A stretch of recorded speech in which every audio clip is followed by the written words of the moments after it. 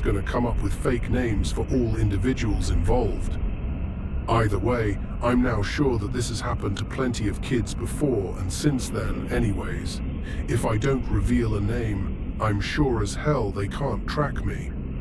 I hope. For now, I will call myself M, and my friend in the story J. Jay was one of my best friends growing up. We would do everything together. He and I grew up on the same street, went to the same school, and tried to do as much together as possible. He was one of the sweetest people I've ever known. The events of that night still fill me with so much rage and sadness.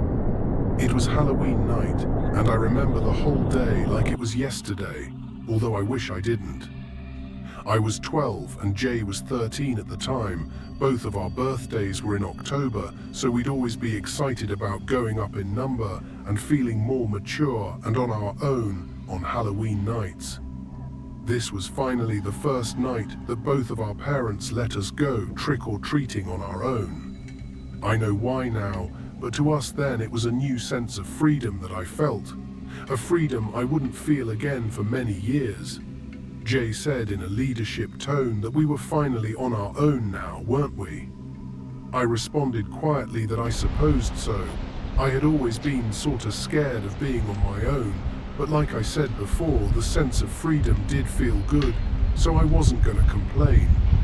We went around the decorated streets with the lit up orange and yellow hues blinding us with spooky wonder. These streets were decorated like hell most years. It is the most festive town for Halloween I know of.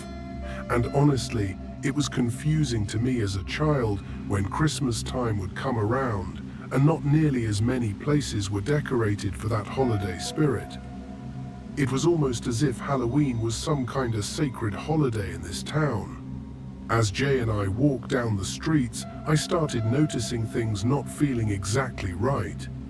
Any adults who were outside seemed to be staring directly at us, but they would always quickly look down at their feet as soon as our gazes would meet. Some of them had the most uncanny of looks on their faces, like something was severely wrong, and it was. I noticed lights start to go out as soon as we approached to knock on the doors for candy. Even then I thought to myself, what kind of assholes would see kids approaching and turning their lights off on Halloween night? I adjusted my glasses to my face and looked down the street though, and did see one house all the way at the end of it. It seemed to be the most decorated house on the entire block, and the brightest. Surely they wouldn't ignore and deny us candy like these other houses had begun doing. I looked at the watch and noticed it was 11:30. This would have to be our last stop for the night before headed back home. We had gotten a pretty good haul of sweets, so I wasn't upset. But this house called to us. With how festive it was for the season, they might have even been selling full chocolate bars or something. As we approached the house though, I started hearing strange sounds. Sobbing. From inside some houses, not every house, but lots of them, the air felt still and tingles went down my spine. I turned to Jay and said that I wasn't actually so sure about this house, that this street was starting to freak me out a little. My young childhood stutter would always come back with a vengeance whenever I got scared. I repeated that I was not so sure about it. Tears started to form in my eyes a little. I was nothing but a kid, so hearing others crying and feeling out in the open and vulnerable like this made me tear up. Jay laid his hand on my shoulder and reassured me that it was okay. That it was one more house where we were going to get our candy and get home. Jay's reassurance always worked on me. He was a persistent one, but he'd always know what to say to me to make me woman up, as he would say. Although looking back on it, I almost feel angry at him. Angry that he led us into the situation that we were about to enter, but I can't be. I wasn't even the one who was most hurt. We finally arrived up the long centered sidewalks that lead to the vertical home and knocked on the door. The back wood door started to slowly open. We tried to speak in unison, saying trick or treat, but my speech was stopped. Looking at this man who answered, he didn't look right, and not in a Halloween costume kind of way. His skin was pale, and his black tuxedo didn't help contrast the skin even more. He seemed to be sweating bullets. He stared blankly at us through his emerald green eyes, those damn eyes. I still remember exactly how they looked to this day. The pupil incredibly dilated and his eyes bloodshot. I pulled back my candy bag in slight apprehension and tears started to well up in my eyes again. The man noticed my scared state and finally spoke in a jittery rhythm, asking how our Halloween had been. Jay responded, noticing my fear and trying to get us out of the situation, asking the man to please just give us our candy.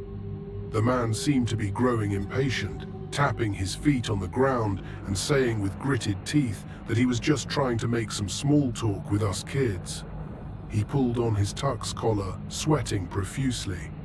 Then I noticed around his collarbone area a patch of dried, rotten, frayed flesh. Whatever was wrong with it, it was sure wrong with it. At that thought though, I felt a sting on the back of my neck. At first I slapped the back of my neck, thinking it to be some sort of insect, but I also heard a slap from Jay. Had we both gotten bit? That's when I looked behind me and saw two men towering over us. A tear was already down my face and I slowly started to lose all power in my muscles and fell to the ground slowly, fully knocked out. When I awoke, my glasses were off my face, everything was blurred, and I couldn't move, couldn't tell if it was some sort of drugging or pure fear. In front of me was another body on the floor. It was my friend, Jay. I could recognize his dark hair and dark skin, but other than that, things were blurred beyond my comprehension. As I started to awake slightly more, I heard yelling coming from around me. A man yelled that they had told him to only grab one, calling him a damn idiot. The recognizable voice of the man from the doorway replied that both of us had come to his door and asked what he was supposed to do, kick one away. The other man threatened him, saying that since he was about to die anyways, they might as well put him in the sacrifice with us. Sacrifice? What's happening? I wanted to cry, I wanted to speak, but I could barely move a millimeter. I was stuck on the ground, seeing the blurred silhouettes of the two men standing slightly behind my friend. The man then said to just get the job done, calling the other a damn idiot. At that moment, the man seemed to put something in his hand up to my friend's face. My friend awoke in a loud gasp. I had only noticed now that Jay was shackled by chains as the man from the door picked them off the ground, his tall, lengthy figure barely holding them up. Jay questioned what had happened and then yelled with desperation in his voice, asking what was going on. The man stayed silent, completely unfazed and ignoring his question.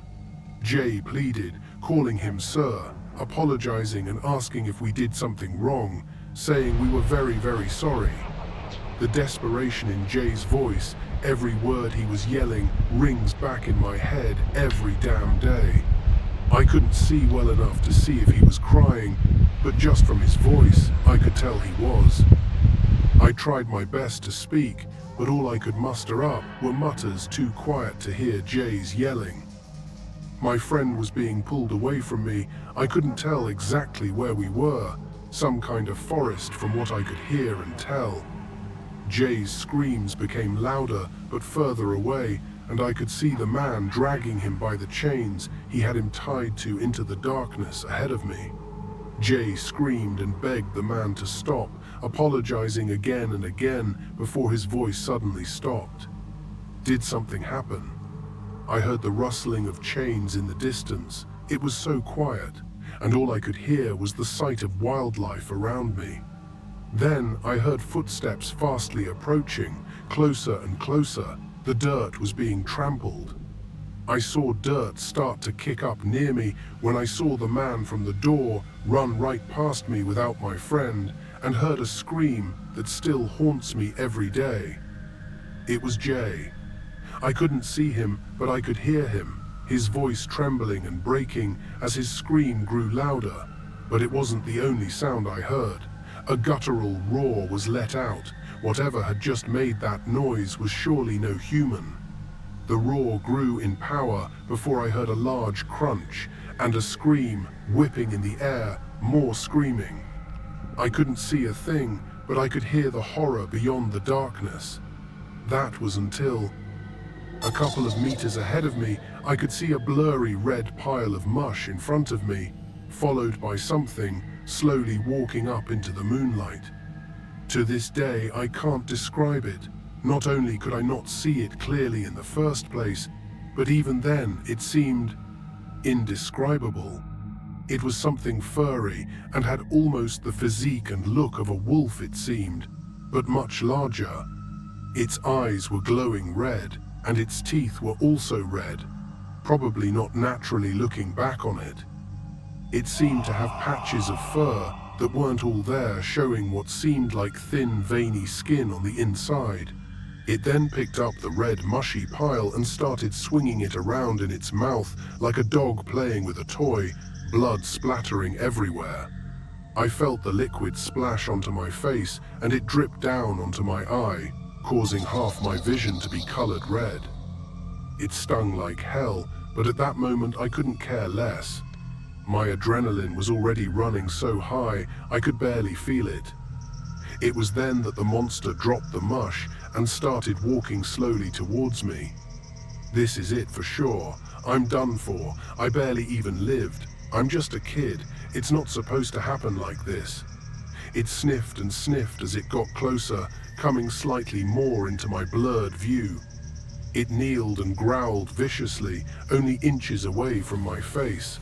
At that point, I could see its mouth pretty clearly. Blood was dripping from its teeth, and its entire mouth smelt of death. A death I was sure I was about to face. The creature then backed away after a man yelled that it had its fixing and ordered it to get back. A familiar voice then started shouting, asking what the hell was wrong with him and accusing him of putting me in all this. Mom? I finally made an audible noise, still stuck on the ground, unmoving, but groaning as much as I could. My mom exclaimed in shock, realizing that I was awake. I heard steps towards me from behind and then felt a sting once again on my neck as someone cursed. As I was slipping back into unconsciousness, I heard more yelling and screaming. My mom yelled if he realized what he had just done. Someone told her to relax and started to say that he would tell her what she needed to do, but his words trailed off. I couldn't hear anymore, and my body was once again giving up. I was drifting further and further.